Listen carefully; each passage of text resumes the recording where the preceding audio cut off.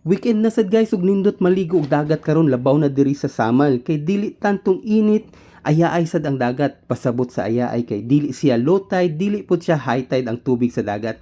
Game sad kaayo ako ang mga pamilya maong ligo to the max mi karon pag abot namo sa mong giliguan kay ning sugat ang isa ka plangganang isda ug daghan kayong tuyom.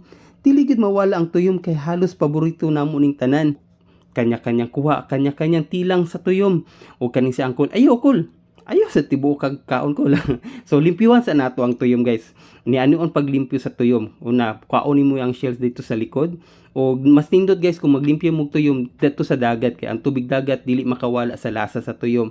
So kani guys mo ni ang dagway sa tuyom nga nalimpyuhan na. Kanang yellow nga murag starfish sa siyang tunga guys mo na atong ginakaon. O tilawi daw dam kung say lasa.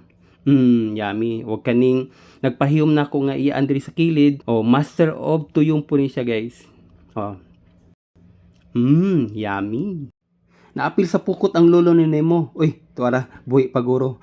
Pata ang tawag namo ani nga isda diri sa Samal. Sa inyong lugar, unsa po tawag ninyo ani nga isda? I-comment below para kabalo mi pod unsay pangalan o laing alias ani nga isda sa inyong lugar. So katong isa ka plangganang isda guys, amuang na desisyonan nga kilawon, sugbaon o magsabaw pod mi ato.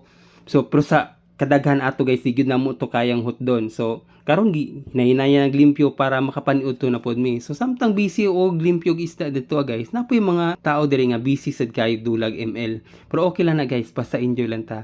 Pagdagat na gani isgutan, syempre ang mga bata ang isi hantod dunggan. Pero malipay lang po ta makakita sa mga bata nga nalipay kaayo labon nagtinglig og dagat. Di gyud makbangbang ang ilang katawa. O ilang katawa ato po nagkalipay. Syempre, imot yarn. Kung nag-enjoy ang mga bata, syempre di gyud pud pala sa madagko.